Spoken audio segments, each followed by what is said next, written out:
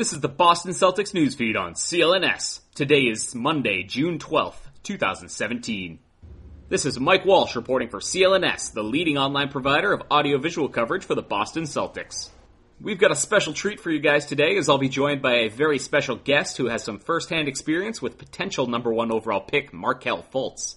Steve Blackley of Basketball Travelers, a company out of Seattle that guides NCAA basketball teams on preseason trips through Australia and New Zealand, was with Fultz's University of Washington Huskies this past season and got to know the player and man who may soon become the newest member of the Boston Celtics.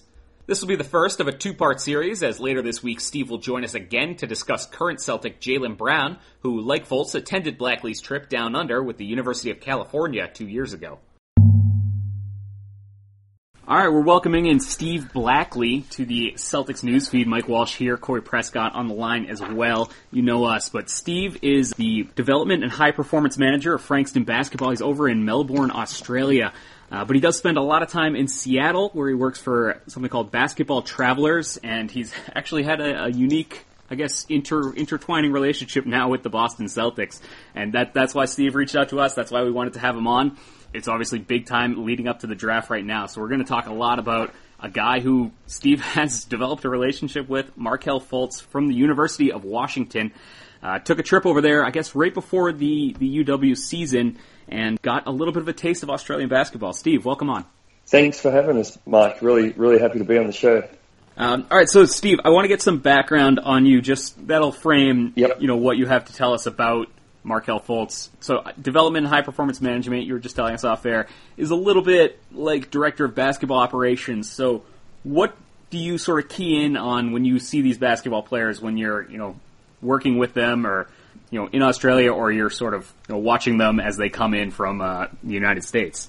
Well, I guess, I'm really lucky. I work as the high performance manager at Frankston Basketball, which is a second level pro team here in Australia, and we have a men's team and a women's team, and we also have a lot of high end junior representative teams as well, and so it's a pretty big job. But I also work part time for a company called Basketball Travelers, as you mentioned, and every year we happen to bring over US colleges to Australia to do tours, and I guess over the last 6 or 8 years I've been able to watch players come in and out and play against our professional teams here in Australia, and it's been really interesting to watch the level of play get stronger and stronger every year. And I guess with a basketball background, I'm always looking for guys that are making the right plays, and I guess trying to see who could translate their game, I guess, to that NBA level, because that's the ultimate aim for all these kids coming out, to Australia and stuff, is they want to take their game to the next level. And been pretty fortunate over the last couple of years to obviously watch Markelle and Jaylen Brown come and do their thing over here. Yeah, I got a kick out of one of the YouTube videos that you did with Markelle, actually, after it must have been some sort of game or tournament over there. He did mention that they went to the zoo and he had never seen a kangaroo before, and all that sort of interesting culture shock, I guess. Yeah, absolutely. And we sent him to the zoo, and it kind of opens it. I mean, a lot of Americans see the different animals and things we've got over here, but to experience it live, it was like they were 12-year-olds again. It was quite funny to see. Cool. All right, so getting into some of the basketball here, we want to talk Markelle Fultz. I guess first off, you've spent a bunch of time out there. How long has he been on your radar? Well, I only kind of heard about Markelle probably about May last year, so a few months before they toured in August. And at that stage, I had heard of his name, but really hadn't seen anything about him. I knew he was a pretty highly regarded prospect, and all of a sudden I got the email to say, "Yep, University of Washington coming to Australia," and they just signed Markelle at that stage, which was a huge signing for the Huskies, and did a little bit of research and thought, this is not going to be the normal tour, having the potentially the number one draft pick, and that's what they were calling him straight out of high school, that he was a potential lottery pick at least. So kind of did some research on him and found out he's a pretty talented player, and was really looking forward to coming over here and getting to travel with him for a couple of weeks and watching him up close and I guess evaluating him and see what sort of person and what sort of player he was. Yeah, that's one of the things that he mentioned in one of those YouTube videos was that the people were there to see him almost. So this is something that's been going on for him for a while. But what was your first impression of him? And then as you got to know him a little bit better, did that impression shift? He is a really unique player. He's highly intense on the court. Almost has a poker face. He doesn't I guess change his face too much, whether it's a blowout or a close game. He has a cool demeanor like that, but plays his backside off on the floor. Off the floor, he's just a regular guy, to be honest. He's a little bit of a goofball, loves to mess about a lot, and I kind of almost called him a giant kid in a man's body. He likes to have a lot of fun, and when it's time to be serious, he's deadly serious. But when it's time to let loose and have some fun, he's just a regular guy. And I think that was the pleasing thing is that I get to see a lot of athletes come out here, and some of them are I guess more about themselves and that sort of stuff. And Markel was the complete opposite. Great teammate, loves to have fun, includes everybody, really well mannered, respectful to the adults and to the kids and stuff. But you are right. The people were definitely here to see Markel. It's funny that you mentioned YouTube. I think through YouTube, the youth of today are able to see, what high school kids are coming through. Everyone's got mixtapes up and all that sort of stuff. And by the time Markel and the University of Washington had arrived in Australia, we probably should have booked bigger venues. They kind of played at stadiums that held, 2,000 to 3,000 people for each game, and every game was sold out. And you could tell, even in warm-ups, that they were there to see Markel, because every time he shot the ball, every time he would dunk in warm-ups, the crowd would kind of react, and he kind of fed off that as well. You could tell he loved every second of it, and kind of had the crowd, I guess, eating out of their hands during warm-up, and almost put on a dunking clinic just for the kids during warm-up, as they kind of made a lot of noise and cheered on everything he did, even during warm-up. So even the very first game, you knew something was kind of special with him, just the way that the crowd reacted before the game even started. Awesome. Once in the competition, like you said, The benefit of this is they're going over there, they're playing sort of men, grown men, seasoned veterans. That's what he's going to be facing once he gets to the NBA starting next season. So how did he fare? Was it jarring to see how much, better he was than some of these guys, or was he not quite there yet? Did he struggle early on? What was the deal with him on the court? His first game, he played against a club called the Dandenong Rangers, which I was an assistant coach there a few years ago, and he started and he got subbed out of the game within about a minute. His very first college game for UW, and I sit on the bench during the games, and Coach Romar kind of gave him a mouthful and said, if you're not going to play at both ends and you're going to make bad decisions and take bad shots, you're not going to play very much for us. And I was like, I couldn't believe that a coach had said that to a high recruit a minute into his first college game, or his first game of college anyway. And he was quickly subbed back in and absolutely dominated the game like I hadn't seen before. I think the game went into overtime. UW eventually lost, but they were playing against a really good pro team, and Markel had 35 points and seven rebounds, 7 assists. The takeaway moment for me was he had 4 or 5 blocks in that game that were all at the ring. All the blocks that he had were dunk attempts. So he wouldn't give anyone a cheap layup, and he literally put that team on his back and put on a show.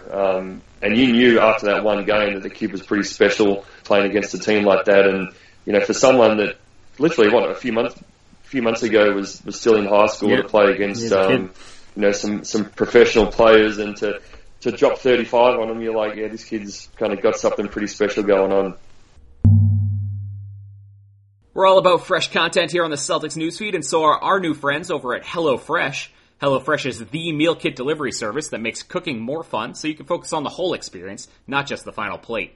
Each week, HelloFresh creates delicious new recipes with step-by-step instructions on how to prepare these super fresh ingredients. HelloFresh delivers food to your doorstep in a recyclable, insulated box for free. Now, loyal listeners of CLNS Media can get this very special offer. Because of your support to the Celtics newsfeed, you can use the promo code BEAT30 for $30 off your first week at HelloFresh. Continue supporting fresh content and fresh food by trying HelloFresh for free. Simply visit HelloFresh.com and enter the promo code BEAT30. So you're a Celtics fan, so you watch the team pretty regularly, and one of the questions we're going to have this coming season, barring, what happens in the offseason, nothing is guaranteed, but can he pair, you watched what Isaiah did this year, can he pair with him? Is he sort of an Isaiah replacement in your mind, or can they sort of work off of each other? Well, that's the $1 million question. I really think that he's the sort of player that can fit in with everybody. If you want him to be if you want to play him as the point guard, he can do that. If you want to play him off the ball, he can also do that. He can be a pass first point guard. He can be a scoring point guard. He kind of has a lot of those bases covered.